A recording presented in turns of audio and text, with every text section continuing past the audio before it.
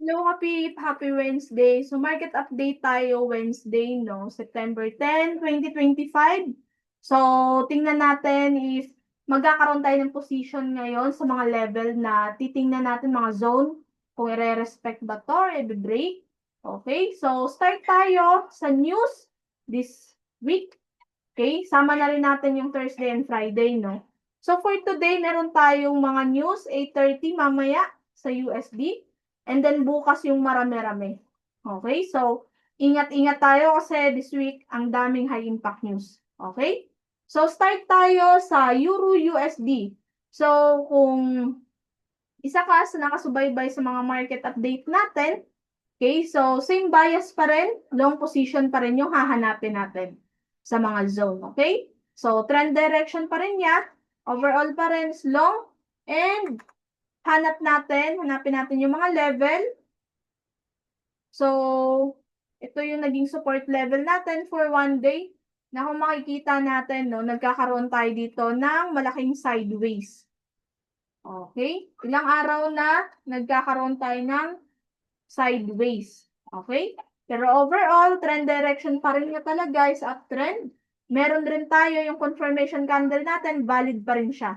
Okay? Hindi pa rin talaga na-invalidate. Okay? So, next natin na support zone sa bias time frame natin is ito. So, if iti-test niya yan, so mawawala, magkakaroon tayo ng invalidation ng confirmation candle natin. So, we'll see if magbibigay ng breakout dito sa consolidation sa one day. Okay? Para mag-continue yung trend niya. Or, magkakaroon tayo ng breakdown dito to retest ulit dito before mag-continue. So, yan yung mga pwede nating abangan for this week. Lalong-lalo na may mga high impact news. So, punta naman tayo sa mas lower time frame, like 4-hour time frame. So, expect natin, pag meron tayong consolidation, sa one-day time frame, nagkakaroon tayo ng sideways. Okay? Kakaroon tayo ng ranging dito. Okay? So, ngayon, expect natin na yung 4-hour time frame, meron talagang sideways. May ranging na nangyayari kasi nga, meron tayong consolidation sa one-day time frame. So, yung support level natin dito, dahil nasa ranging tayo, ito yung support level natin. Ito naman yung resistance level natin. Okay? Yung resistance level. Ay. Ayan. So, ang question ngayon, kung iti-test niya ba ulit itong resistance level natin, o resistance support level natin, before siya mag-continue mag-uptrend, or ito na yung naging correction niya sa mas lower time frame to continue uptrend. So, ina-expect natin, dahil nga yung trend direction natin overall is uptrend, expect natin ang mabe-break dito is yung resistance. Ang i-respect niya is itong support level natin. Pero maganda pa rin kung magkakaroon tayo ng retest dito kasi mamamanage natin yung SL natin. Okay? Magandang area to long. Okay? Pero kung hindi nababalikan niya yan, we'll see kung magbibigay ng position sa mas lower time frame, like 1-hour time frame. Kasi ang inaabangan natin ng position today or by this week. Okay? So, check naman natin for 1-hour time frame if magbibigay ng position today. Okay? So, punta tayo sa 1-hour time frame. So, yung mga level na aabangan natin, focus lang tayo sa hanapin natin long kahit na nagkaroon tayo ng sideways, di ba? Pero lagi natin tandaan na support pa rin natin yung mas higher time frame, yung bias time frame natin, okay? So ngayon, for 1-hour time frame, napin natin yung mga level dahil dito nagkaroon ng multiple rejection, okay? Then ito, dito pumasok yung volume. Ito yung naging volume natin. Tapos, another volume. Ito yung naging volume natin. Ito yung naging correction naman natin. Itong level na to. Okay? So, ito yung naging pullback natin. Ayan. So, ngayon, yung level na pwede nating abangan, ito yung first support natin, if i-respect ba to, or mabibreak. Support level. Next support natin is iti-test niya ulit ito. Okay? So, if iti-test niya ulit itong support level natin, careful lang tayo kasi baka pumasok ulit siya sideways. Kasi itong level of next support natin, malapit-lapit siya sa support ng 4 hour. Okay? Kaya careful tayo kasi pwedeng balikan niya ulit ito sa 1 hour. Okay? Kasi nasa sideways pa nga rin talaga siya. Pero dahil nga nagki-create dito sa 1 hour ng higher high na, okay, nagki-create na, then sa based on price action, buyers are in control naman na, okay? Makikita natin, no, nangingimbabaw na yung candlestick ng buyers. Pero dahil dito nga, under pullback pa rin siya ngayon, we'll see kung i-continue niya yan. Okay? Magbibigay ba dito ng confirmation candle? Tulong? Sapat na ba to? Pumasok yung volume? Tulong? Or abangan natin yung level na to? Ayan. Dahil meron tayong rejection, nangyari dito. Ayan. So, yung mga level na pwede nating abangan, ito. Tapos, itong level na to. Okay? So, kung wala tayong confirmation, solid na confirmation dyan, so, abangan natin yung range na gagawin niya sa 4 hour. Ito na yung next natin, yung 4 hour. Yung sideways na pinapakita. Okay? Kasi baka pumasok, careful lang tayo kasi potential fake breakout itong ginawa niya lang sa range. Okay? Sa 4 hour. Kasi naka-range tayo, di ba? Ay, ayan. Nasa range tayo, di ba? So, careful lang tayo kasi baka yung ibibigay dito is potential fake breakdown na pwede niyang i-test ulit yung support level natin. Okay? So, ito lang yung level na pwede natin abangan for Euro-USD. So, next naman natin, XAU-USD. So, lumipad si XAU ngayon, no? So, kung nakasabay ka, congrats. At every week natin china-chart read to. Pero, bias pa rin natin talaga dito. Overall trend pa rin talaga niya is uptrend. Kaso nga lang, nagkaroon tayo ng malaking sideways. At ngayon, natapos na yung malaking sideways natin. Okay? So, yung support level natin, resistance na ngayon, naging support level na is ito. Okay? So, nasan ba ngayon si gold? Ito pa rin, nangingibabaw pa rin. Nasa impulsive pa rin. So, ngayon, ang question ngayon, magkakaroon ba tayo ng pullback? Okay? So, tingnan natin sa bias time frame sa mas higher time frame. So, dito natin i-analyze if still lalaruin ba natin pa rin yung long, okay? Last week, nakikita natin, no? Last week, nag-create tayo ng aggressive bullish candle. Okay? So, ina-expect natin, itong candle na binubuo niya for this week, bumubuo na siya ng body. Okay? So, ina-expect natin magpo-close to as bullish candle. So, for sure, pwedeng potential na mata-target yung 37 kasi last kahapon nga, pumunta siya sa 72, 36, 72. Okay? So, potential, if magko-close tayo ng bullish candle ngayon, potential itong 37, mata-target niya. Kasi hindi naman na sobrang layo to for mabubuo itong candle na to for this week. Okay? Lalong-lalo na ang dami nating high impact news. Okay? Then, kung mabibase na rin natin, COT natin, no? Napakataas ng dinagdag.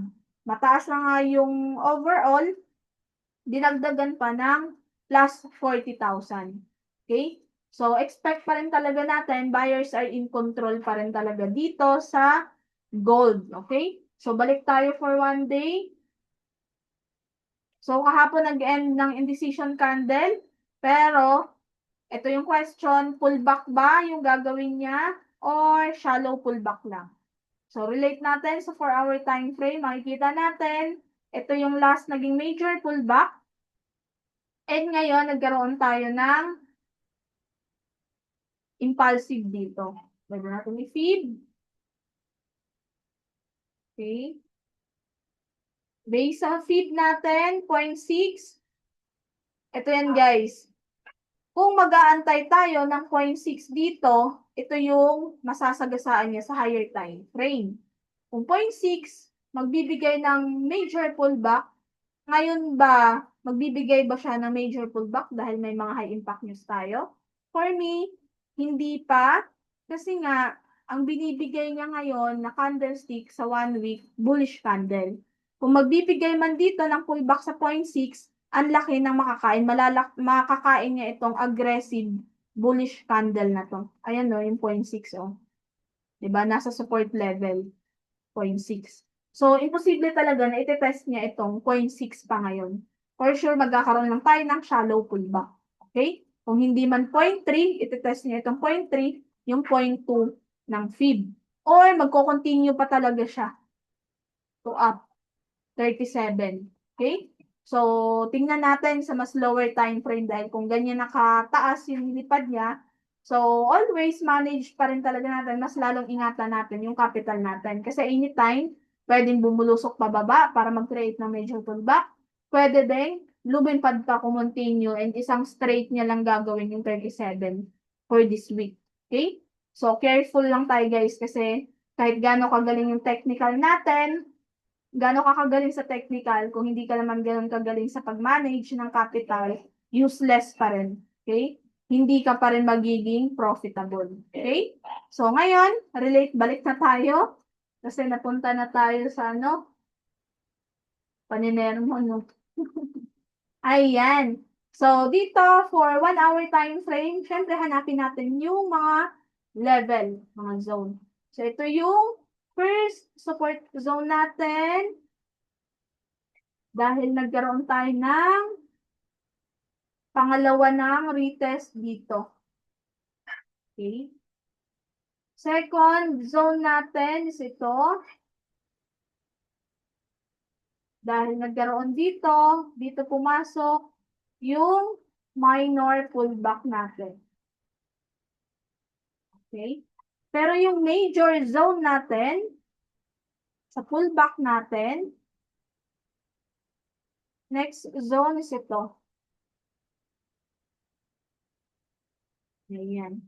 So, if magkakaroon tayo ng retest dyan, malapit siya sa 0.3 ng fib, no?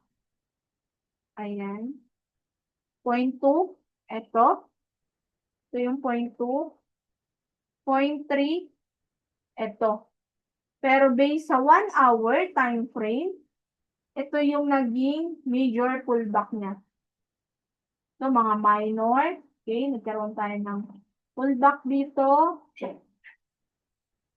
Ayan. Ito, naging major pullback ulit. Then ngayon, minor lang ito, kaya counted as 1 ito. Okay? So, we'll see if magkakaroon ba tayo dito ng continuation. Continue up. Or, iti-test niya ulit itong level na to. 4 hour support. 0.2 ng 4 hour time frame. Next, kung iti-test niya ulit ito, or dito sa pullback, ito is major pullback ng 1 hour. So, yung mga level lang na pwede natin abangan, ito, kung magbibigay. Okay? Pero kung makikita natin, for today na entry, ito yung abangan natin, intraday.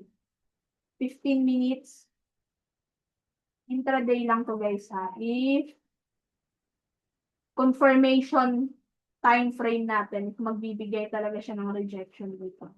So, ito kasi, yung naging volume niya, no? Volume, ulit-ulit niyang tinitest ito. Ang maganda ngayon, i-break niya, then retest sa level na to. Before continue. So, tingnan natin kung magbibigay ng position. Dahil nga nagkaroon na tayo ng dalawang rejection dito, pattern. Sa 15 minutes. Makikita natin. Tapos, ito yung first na reject niya. Ayan. First, second, ayan, ulit-ulit yung tinitest. So, ito yung potential natin. Support ngayon sa lower time frame. So, we'll see kasi nagkakaroon na ng volume. If mabibreak niya yan, then wait natin yung pullback to continue. So, for intraday, ito lang yung target natin. If magpapakita dito ng position to long. Okay? Resistance natin. And kung ibibigay naman niya as bullish candle so 4 hour, okay, maganda, ma-manage rin natin yung take profit natin. Okay, kung hindi naman na potential naman na mag-e-end rin siya ng bullish candle. Dahil nga for this week, ang binubuo nga niya is bullish candle. Pero dahil marami tayong high impact news, so always manage pa rin natin talaga yung mga position natin. And proper lot size. Okay? So next natin, BTC USD. So for Bitcoin, ang bias ko pa rin talaga dito, no, is long pa rin. And ngayon, nasa support level na siya. Pero, binabalik-balikan niya itong support level natin. So, we'll see kung i-break niya to, i-hold niya, or i-break. Bakit? Kasi kung mas tataas pa tayo ng time frame, 1 week. So, yung naging major pullback, karoon lang tayo ng minor dito. So, dito kasi sa 1 week, potential, pwede niyang i-test itong level na to. For 1 week, ito yung naging support, next support natin. Okay? For 1 week to guys ha. So, yan yung pwede pa natin abangan if i-respect niya ba talaga tong support zone ng 1 day or i-break niya. So, yung mga abangan natin na level, ito, kung if magkakaroon tayo ng confirmation dyan, tulong, or itong level na to. Iti-test niya, tulong.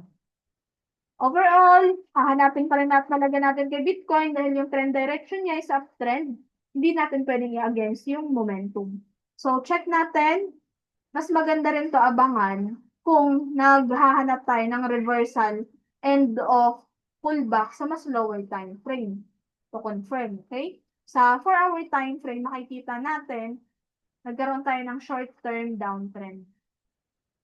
So, yung level natin dito, resistance level, ito. Ayan.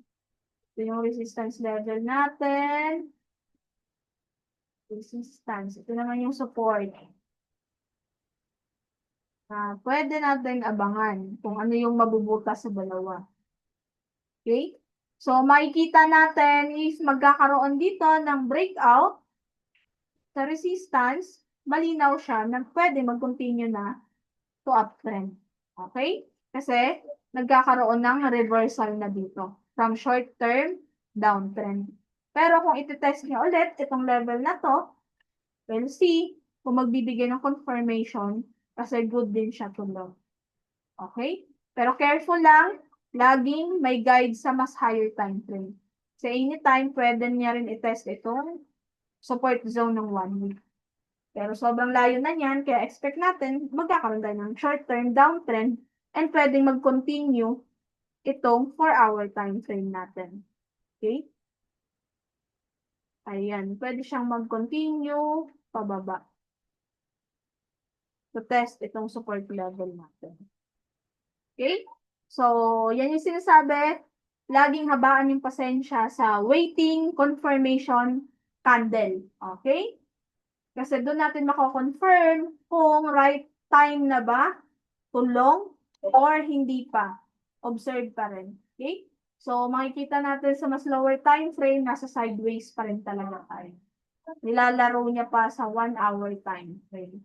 Okay? So, pag dyan ka magde-trade, magulo, masakit sa ulo. Kaya sa ganyan, kung ganyan pa yung ginagawa niya, observe lang muna tayo, i-respect niya ba itong support? Or i-break niya itong resistance? I-break niya na yung resistance level. Okay? So, kasi pag atat tayo, hindi tayo mananalo sa market. Okay? So, laging habaan natin yung pasensya sa waiting. Ayan. Observe lang muna for Bitcoin. Sa ngayon, wala pa namang volume. Kaya mamaya sa mga news ng US this week, dyan natin abangan sa mga level. Okay? So, next natin, AUD CAD. AUD CAD ngayon kasi sa COT, sa funda natin, no?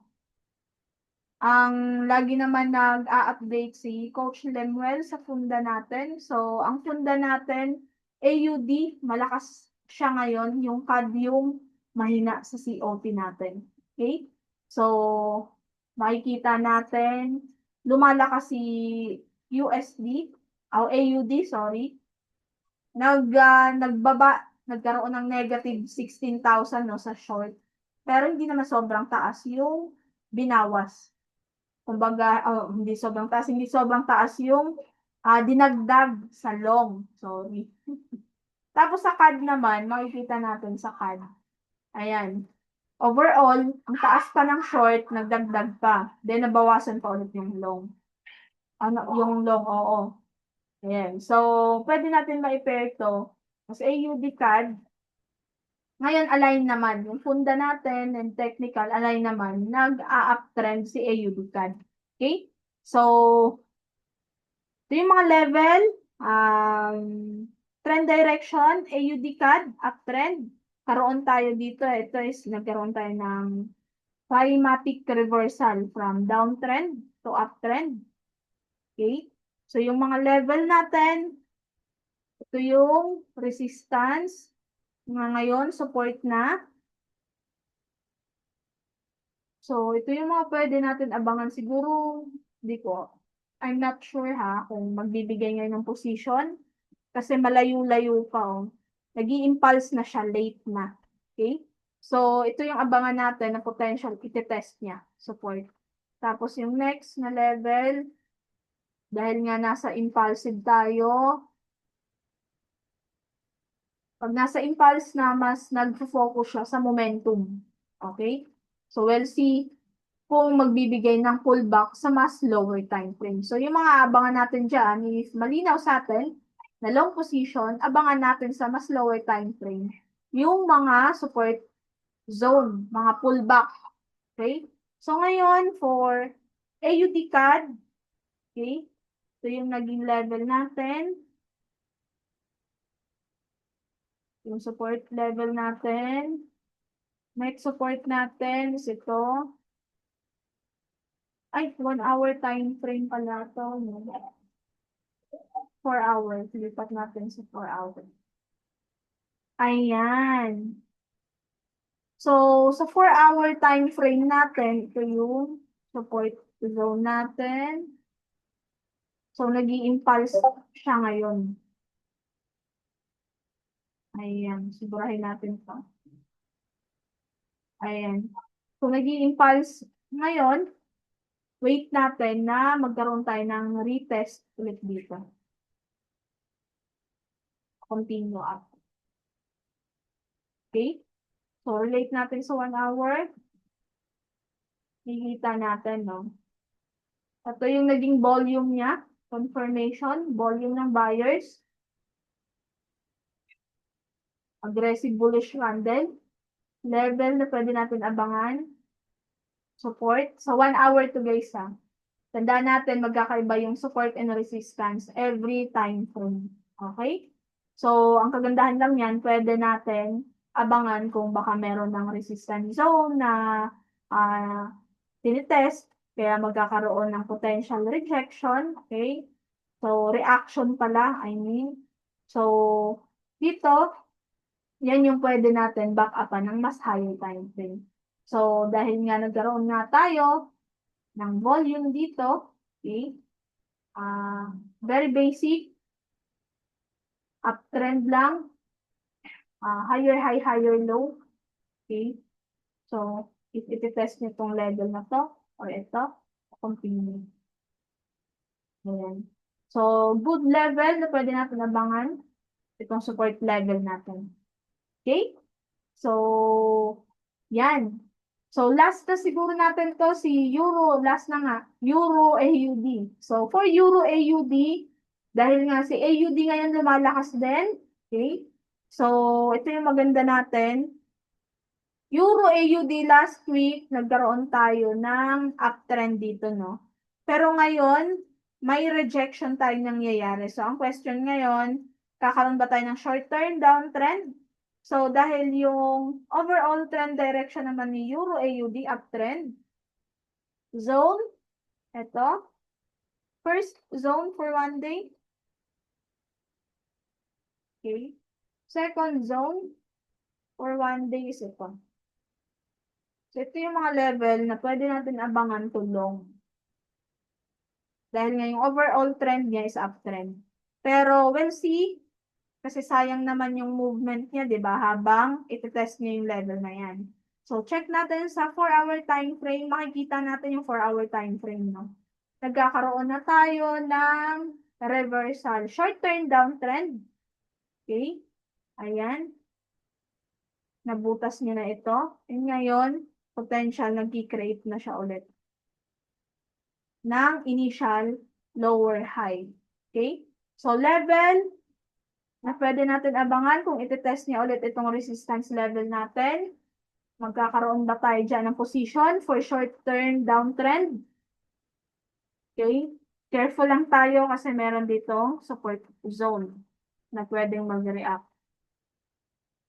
Support level. Malapit na siya sa support level natin. So, we'll see if magbibigay dito ng retest sa level na to or ito to continue. Sa zone ng 1 day natin. Okay? So, ngayon, observe tayo kasi nag-i-impulse na siya. Kung i-relate natin sa mas lower time frame like 1-hour time frame, nag-e-end na yung pullback niya. So, yung naging pullback natin for 1-hour time frame. Ayan. So, yung naging volume, malaking volume. So, yung pullback, ngayon, nag-i-impulse na. So, maganda dito for 1 day kung iti-test niya ulit yung level, makikita natin mag-create na to.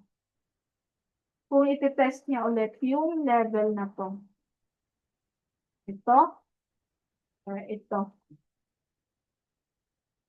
Level na pwede abangan natin for 1 hour. Yan. And ito. Okay, for retest. Okay? So, careful lang tayo the way ba siya umakyat, mag-retest dyan, pang pullback ba? Or baka impulse din yung gagawin niya. Kasi kung impulsive, malaki yung volume, potential, magko-continue siya, magre-reverse. Continuous kasi yung trend direction niya is overall pa rin talaga uptrend. Okay? Careful lang tayo kasi anytime pwedeng mag-reverse dahil yung ano nga niya, trend direction is uptrend.